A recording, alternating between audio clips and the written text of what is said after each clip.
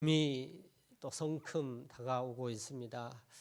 다시 추워지지는 않을 것 같습니다. 오늘 아침에도 일어나 교회를 소독하고 또 환기된 문을 닫고 이러면서 이제 열려져 있어도 안 춥구나,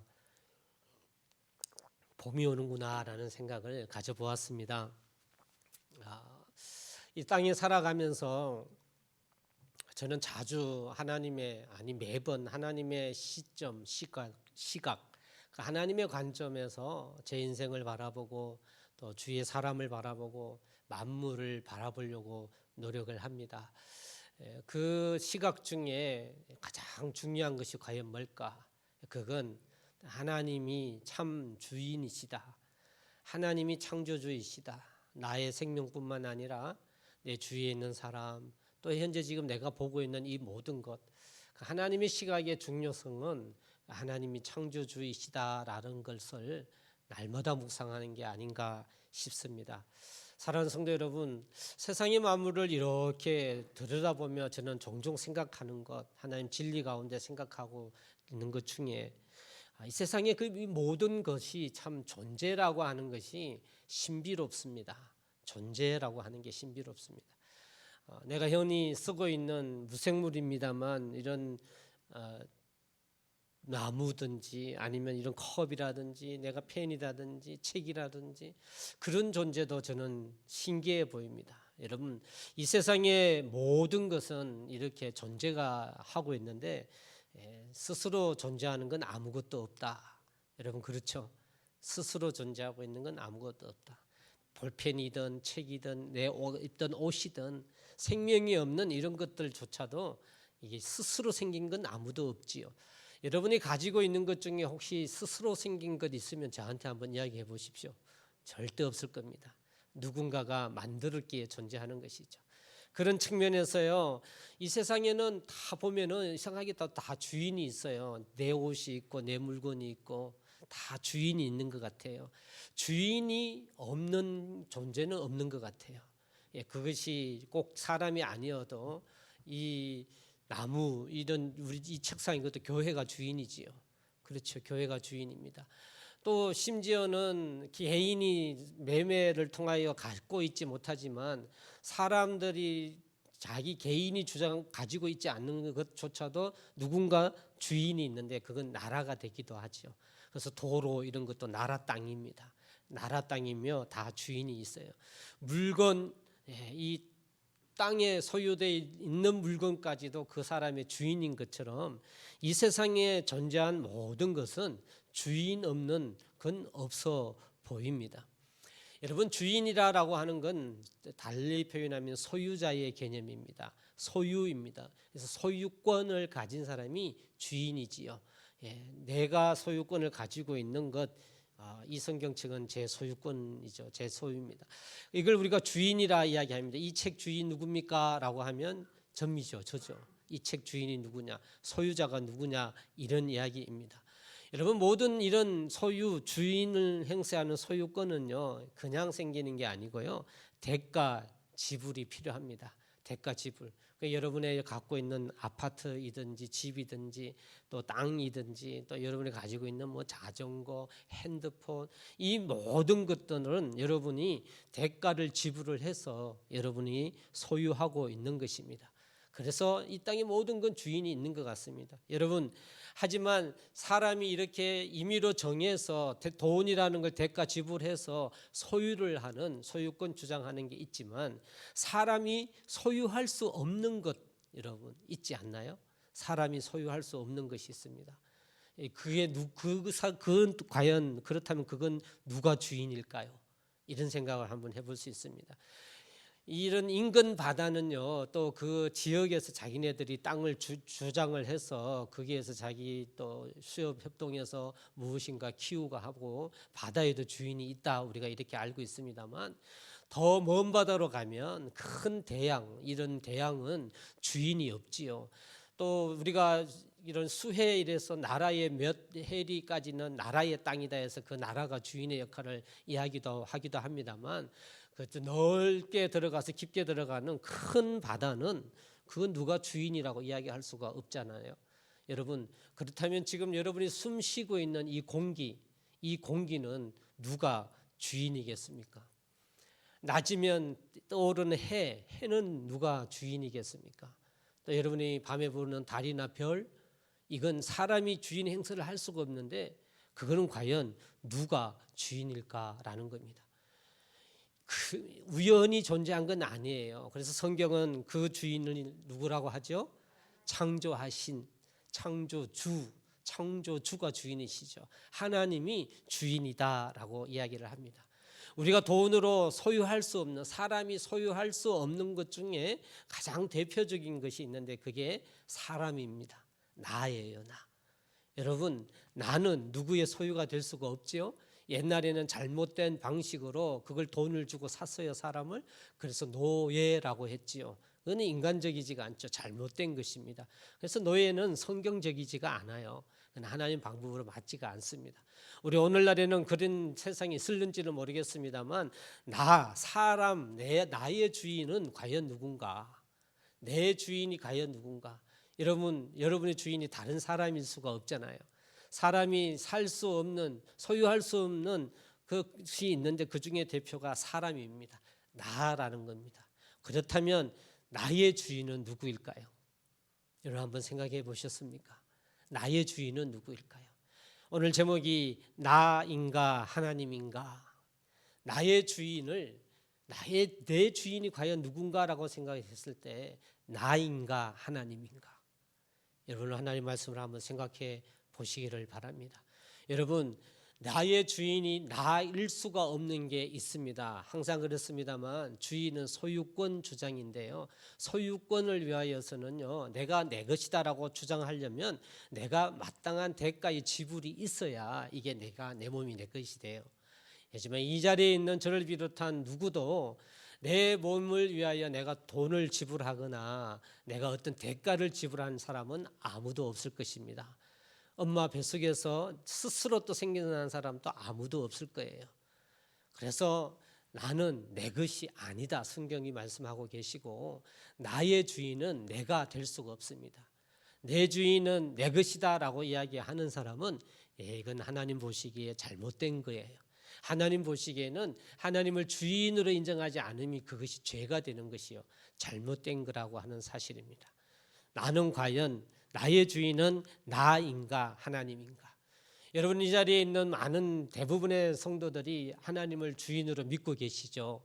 주님을 구주로 영접하고 계시고 나의 주인이 하나님이심을 믿고 계십니다. 여러분 그렇게 믿으시죠? 그렇다면 여러분의 신앙이라는 신앙의 삶을 살아감에 있어서 실제적인 삶의 상황에 있어서 과연 그 주인의 행세는 누가 하고 있는가? 그 진정한 주인은 내 삶에 내가 주인인가 하나님인가 나인가 하나님인가? 실제로 예수 믿는 삶을 살고 주인이 하나님이시다, 나의 주인은 하나님이시라고 고백하여 주여라고 부르는 그 하나님을 믿고 있는 저희가 실제의 삶 가운데에서 과연 주인의 행세는 내가 하고 있느냐 하나님이 하고 있느냐? 여러분 이건 심각하게 한번 생각해 보아야 합니다. 그리스도인의 삶 가운데에서 우리는 많은 그리스도인의 이런 역할 중에 그 하나를 청지기라고 이야기를 합니다. 청지기는 종이죠. 종은 주인이 있습니다. 그래서 우리는 청지기고 우리의 주인은 하나님이시며 청지기는 주인이 맡긴 걸 관리하는 것이 청지기입니다. 여러분 그렇죠? 청지기가 종이죠. 종인데 자기 것이 아닌데 관리자이지요. 그래서 이 청지기는 항상 결산할 날이 있습니다. 주님 앞에 결산한 날이 있고 맡은 걸 잘 관리해야 합니다. 성경은 우리에게 그걸 이야기해요. 그리스도인은 청지기의 사명을 살아야 한다. 하나님 우리에게 생명을 주셨는데 주인이 우리에게 주신 것이죠. 그래서 이 생명, 이 몸은 관리자예요. 내가 관리자로서 나의 것이고 언젠가는 결산하는 날이 있어요. 주인 앞에 결산하는 날이 있다라는 걸 기억하는 청지기의 삶을 사는 것이 하나님을 주인으로 고백하는 삶이 되는데 과연 오늘 예수 믿는 많은 성도들, 저를 비롯하여 오늘 예배드리는 그리스도인들이 이런 하나님이 주인 되신 삶을 얼마나 살아가고 있는가? 내가 살아가고 있는 실질적 삶 속에서 나는 정말 누가 주인의 삶을 살고 있는가? 여러분 오늘 말씀으로 여러분 스스로를 생각하며 하나님이 주인 되신 삶 살아가는 저와 여러분이기를 주의 이름으로 소망합니다. 오늘 성경에 기록되어 있는 많은 신앙의 인물들이 있습니다만 특별히 다니엘은요, 그의 삶을 보면 하나님이 정말 주인이다, 하나님이 나의 주인이시다라는 고백을 보여주는 삶의 주인공이 다니엘이 될 수 있습니다. 그는 그의 환경이 굉장히 힘들고 어려운 상황에 있음에도 불구하고 철저하게 하나님이 주인 되신 삶을 산 인물입니다. 성경에 왜 다니엘서를 주셨을까요? 왜 다니엘이라는 성경을 우리에게 주셨을까요? 저는 하나님이 참 주인이신 삶을 어떻게 사는 자를 보여주고 이러한 삶을 오늘날 교회가, 성도가, 그리고 그리스도인인 저와 여러분이 그렇게 살기를 하나님이 원하시기 때문에 이 다니엘서를 우리에게 주셨을 것이라 확신합니다. 다니엘이라는 인물은요, 남유다, 북이스라엘이 갈라지고 북이스라엘이 BC 722년에 아수르, 세계사에서는 아시리아라고 이야기하는 아수르에게 북이스라엘이 먼저 망하고 남유다는 BC 586년경에 바벨론에게 망합니다. 바벨론에게 망하고 이 바벨론에게 망할 때에 바벨론 왕이 편 정책에 의하여서 남유다의 왕자들, 또 지식층들, 똑똑한 사람들, 이 또 젊은이들을 중심으로 그들을 포로로 바벨론으로 잡아가고요. 그 바벨론에서는 조금 천한 사람들, 야만인들 막 이런 사람들을 남유다로 보내갖고 그 남유다를 이게 희석시켜서 바벨론화하기 위한 정책을 폈는데 그때 왕족의 피로서 또 똑똑한 젊은이로서 다니엘을 비롯한 세 친구가 이렇게 바벨론으로 포로로 잡혀가게 되지요. 이 바벨론은 성경에 나와 있는 바샤라고 되어 있습니다만 세계사에서는 페르시아라는 나라입니다. 이 페르시아에게 바빌론이 망하게 되고요. 그 바샤의 첫 왕인 고레스부터 시작해서 이제 포로로 잡혀갔던 유다의 백성들, 똑똑한 사람들이 3차에 의해서 포로로 잡혀갔는데 3차에 의해서 포로 귀환을 하게 되는 것이 이제 성경의 역사이지요. 이 다니엘도 바벨론 왕 느부갓네살의 이 정책에 의하여서 포로로 잡혀간 사람입니다. 포로로 잡혀간 사람인데 특별히 이 바벨론 느부갓네살의 정책이 우리 1장 4절 말씀에 설명이 좀 되어 있는데요. 1장 4절 제가 한번 봉독해 보겠습니다.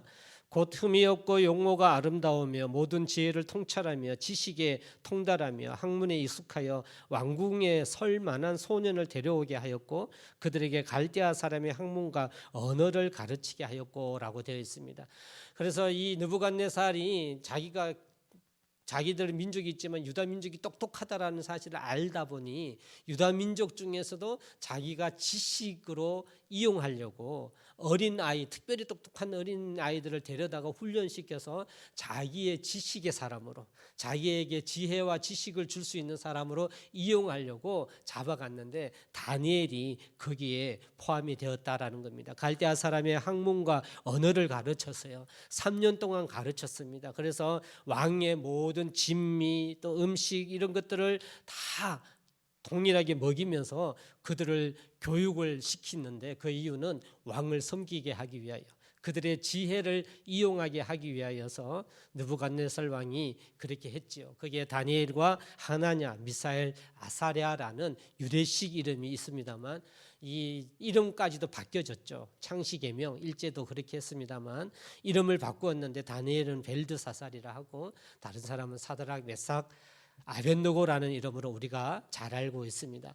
여러분 바벨론 왕인데 이 다니엘은 실질적 삶을 보면요, 그 주권을 빼앗겼죠. 나라의 주권을 빼앗기고 포로로 잡혀간 상황 속에서 다니엘은 실질적으로 주권이 없는, 달리 이야기하면 주권이 빼앗겼는데 이 느부갓네살 왕이 주인인 그런 주권이 느부갓네살 왕이 가진 삶을 포로는 거의 노예이지요.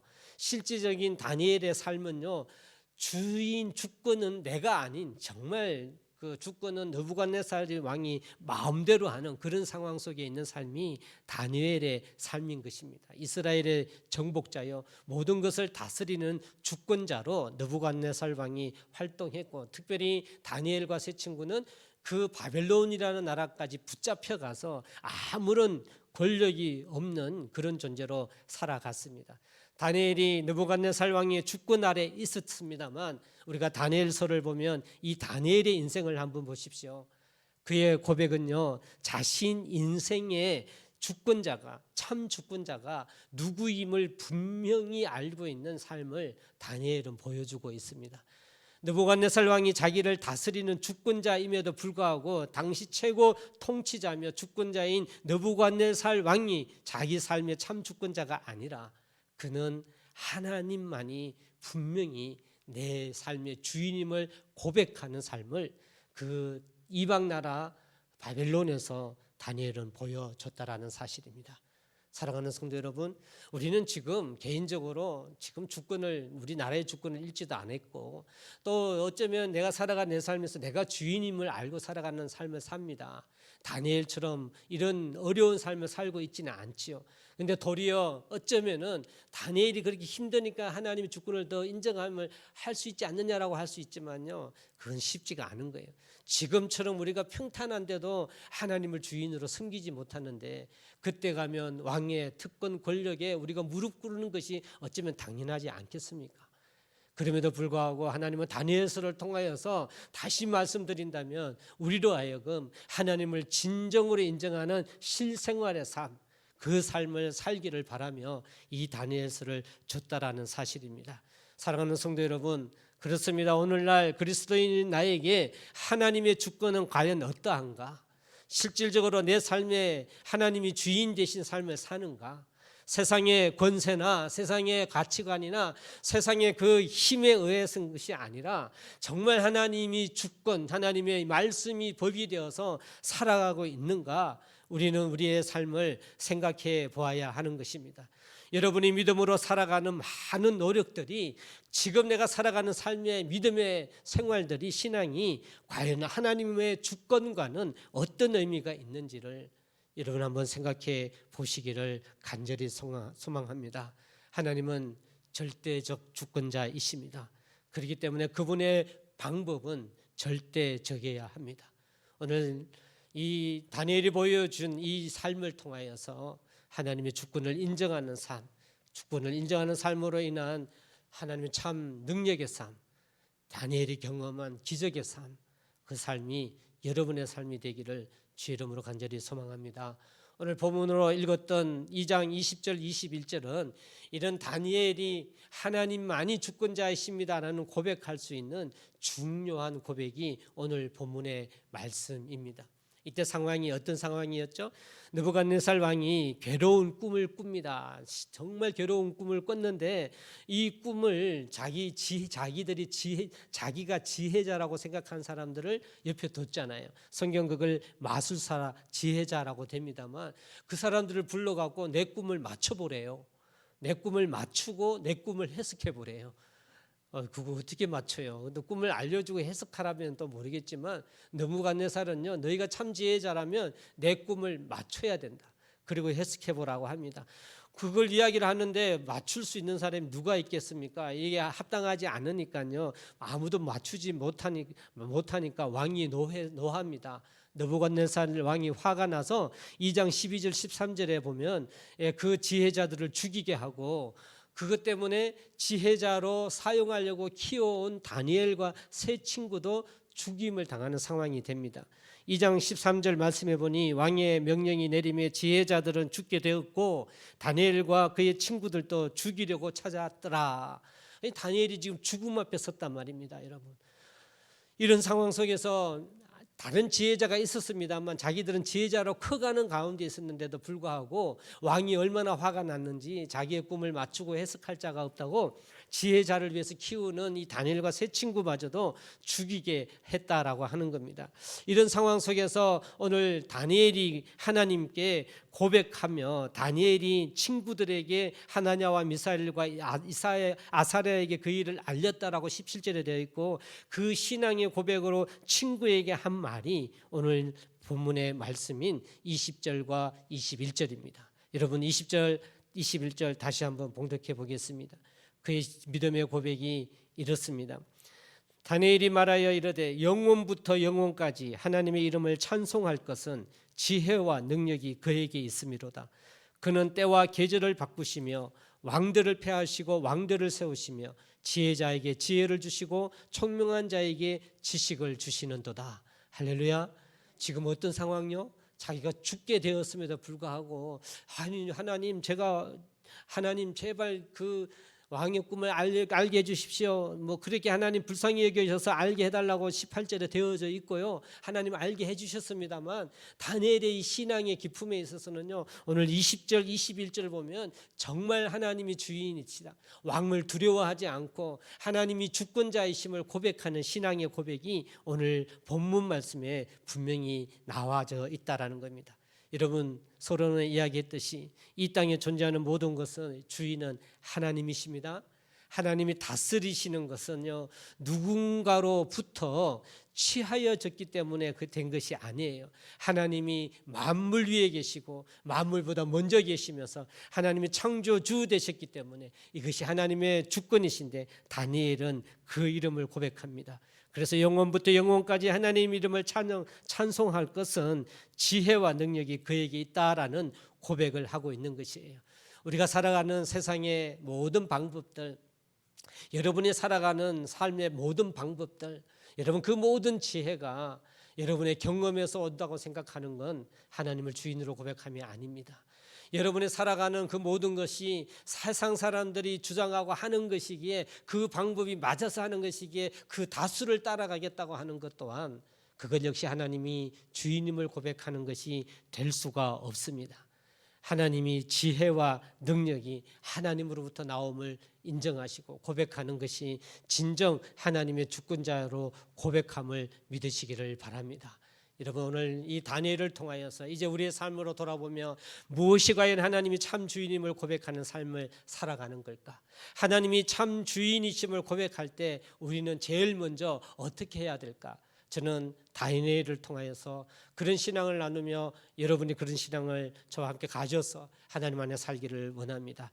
하나님이 참 주인이시다라는 고백을 할 때, 하나님이 주인이시라는 고백을 할 때 우리는요, 하나님이 염려를 다스리는 주권자이심을 믿어야 될 줄 믿습니다. 뭘 다스리는요? 염려를 다스리는. 여러분, 다니엘이 얼마나 염려가 많이 됐을까요? 얼마나 염려가 많이 됐을까요? 2장 18절 말씀 한번 보십시오. 2장 18절에 보니까 하늘에 계신 하나님이 이 은밀한 일에 대하여 불쌍히 여기사 다니엘과 친구들이 바벨론의 다른 지혜자들과 함께 죽임당하지 않게 하시기를 그들로 하여금 구하게 하니라 라고 이야기됐습니다. 다니엘이 얼마나 두려웠겠습니까? 염려가 많이 됐겠습니까? 이 은밀한 일이라고 하는 것은 염려의 일이지요. 지금 느부갓네살 왕이 죽게 하는 일이 이게 은밀한 일 아닙니까? 이게 염려의 일입니다.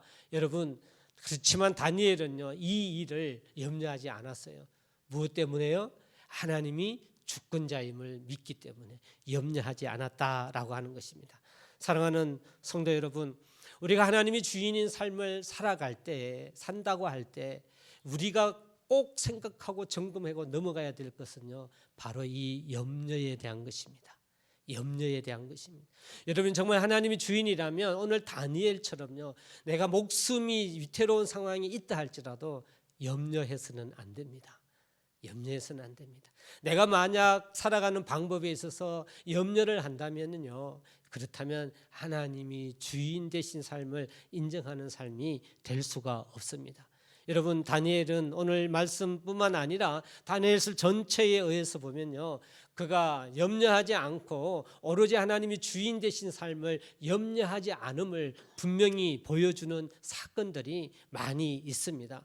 막 바벨론에 끌려왔을 때 다니엘과 세 친구들은 그런 하나님의 주권적 삶을 처음부터 살아왔는데요, 왕의 진미로 그의 마시는 모든 것을 줬지만 이 포로로 잡혀간 다니엘이 제일 처음 한 일이 무엇이죠? 왕의 진미를, 포도주를 거절하는 거 아니겠습니까? 거절하는 거였어요. 염려했다면 그럴 수 있을까요? 염려했다면 먹었겠죠. 하지만 다니엘은 하나님이 주인임을 알기에 염려하지 않는 삶을 살았기에 그 왕의 진미를 거절을 했죠. 그래서 그 음식을 왜 거절했습니까? 우상에게 바쳤던 제물이기 때문에, 우상을 숭배했던 제물이기에 이 다니엘과 세 친구는 그걸 거절을 했죠. 거절을 하고 이렇게 한 것은 반항이 아닙니다. 염려하지 아니하는 하나님의 주권임을 인정하는 신앙의 삶이 된다라는 것입니다. 그래서 그들은 고기를 먹지 않고 채소만 먹었습니다. 채식하는 어떤 삶을 살았습니다만, 그럼에도 불구하고 다니엘은 다른 사람 보기에도 더 건강한 삶을 살았다라는 걸 성경은 나와 있지 않습니까? 무엇보다도 이후에 다니엘서에 기록되어 있는 말씀입니다만, 가장 큰 다니엘이 염려를 하지 않고 하나님이 주인인 주권의 삶을 살아가는 큰 모습은, 그런 상황은 어떤 상황이었습니까? 바로 느부갓네살이 자기를 상징하는 금신상을 세워놓고 시간에 맞춰서 하루에 한 시에 나팔과 수금과 소리가 들릴 때 그 신상 앞에 엎드려 절하라라고 하는 것이죠.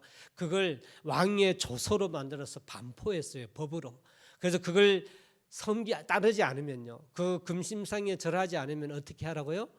풀무불에 넣어라라고, 넣어서 죽인다라는 그런 명령을 내렸지 않습니까? 여러분, 다니엘에게 이게 염려가 될까요, 안 될까요? 실질적으로 우리의 삶 안에서 염려가 될까요, 안 될까요? 염려가 됐죠. 염려가 돼요. 안 하면은 풀무불에 잡아 넣게 되는데요. 여러분, 그럼에도 불구하고 다니엘은요, 하나님이 참 주인임을 믿는 신앙이었기에 염려하지 않았어요. 망설이지도 않았어요. 그래서 자기는 그 시간에 절하지 않았죠. 하나님 앞에 도리어 기도하고 하나님께 예배드린 삶을 살았지 않습니까? 주위에서 봤을 때 보고 있으니, 눈을 여겨 보고 있는 사람들이 있으니 신고하게 되었고, 다니엘과 세 친구가 붙잡혀 가지 않습니까? 붙잡혀 가고 실제로 왕의 조서대로 어떻게 됐죠?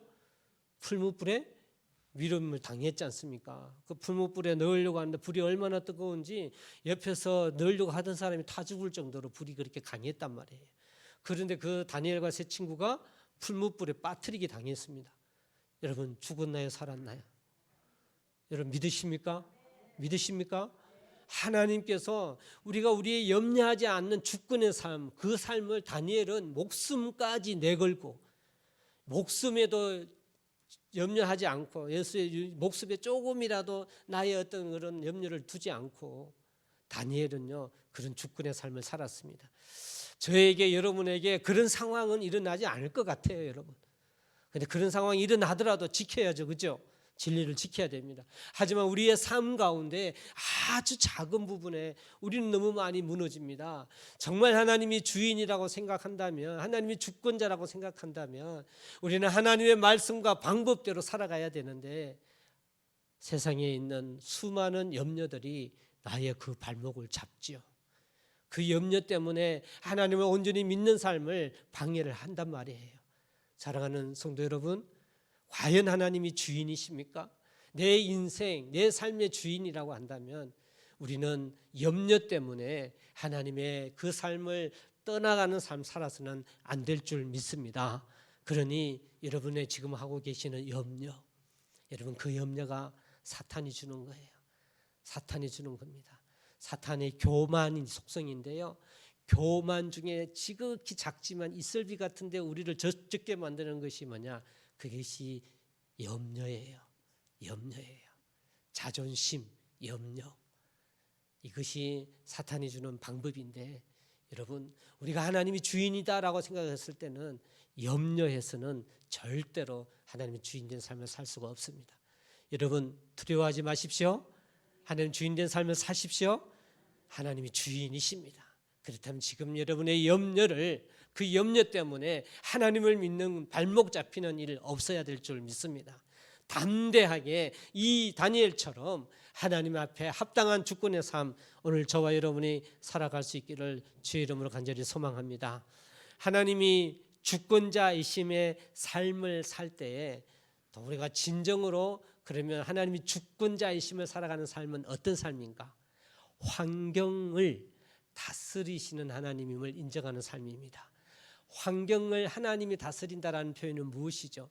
하나님이 허락해 주시는 것이기 때문에 그 환경대로 받아들여 살아간다라고 하는 것, 이것이 바로 하나님이 주권자이심을 인정하는 삶입니다. 여러분, 오늘 본문에 하나님의 주권을 인정한 다니엘은요, 하나님께서 어떻게 역사해 주셨느냐, 왕의 꿈의 비밀을 알게 해 주셨고, 다니엘은 그 꿈을 해석뿐만 아니라 꿈 내용을 맞출 뿐만 아니라 꿈 해석까지 분명하게 하게 됩니다. 그게 다니엘 2장 36절 이하 45절에 나타나져 있고요. 그 결과 어떻게 됐습니까? 다니엘과 세 친구는 물론하고 죽음이 예고되었던 그 지혜자들이라고 하는 사람들도 죽음을 면했고, 그리고 역시 다니엘은 반대로 하나님의 환경을 주관해 주셨는데요, 왕으로부터, 죽을 자가 왕으로부터 높임을 받게 됩니다. 여러분, 2장 46, 48절 말씀을 한번 봉독하겠습니다. 2장 46, 48절입니다.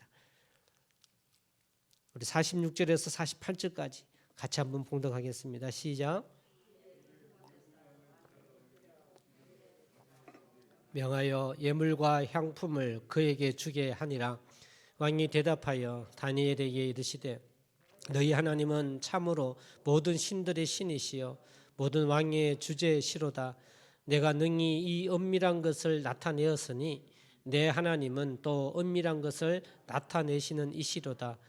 왕이 이에 다니엘을 높여 귀한 선물을 많이 주며 그를 세워 바벨론 온 지방을 다스리게 하며 또 바벨론 모든 지혜자의 어른을 삼았으며. 할렐루야. 결국은 하나님이 다니엘의 환경을 어떻게 지켜주셨습니까? 죽을 수밖에 없는 상황 속에서 도리어 느부갓네살 왕이 다니엘 앞에 엎드려 절했대요.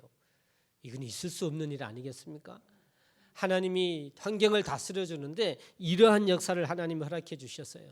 그리고 다니엘을 하나님의 어른, 다른 지혜자의 어른, 그 죽을 수밖에 없던 지혜자들 있죠. 그 사람들의 대표로 세우고 다스리게 할 수 있고, 그에게 또 모든 어떤 재물들을 허락해 줬다. 예물과 향품을 그에게 주었다라는 하나님의 역사하심이 있는 것입니다. 사랑하는 성도 여러분, 하나님 우리의 주권자이심을 믿고 살아가는 자, 하나님은 우리에게 그런 오늘 다니엘에게 허락해 주신 환경을 허락해 주실 줄 믿습니다.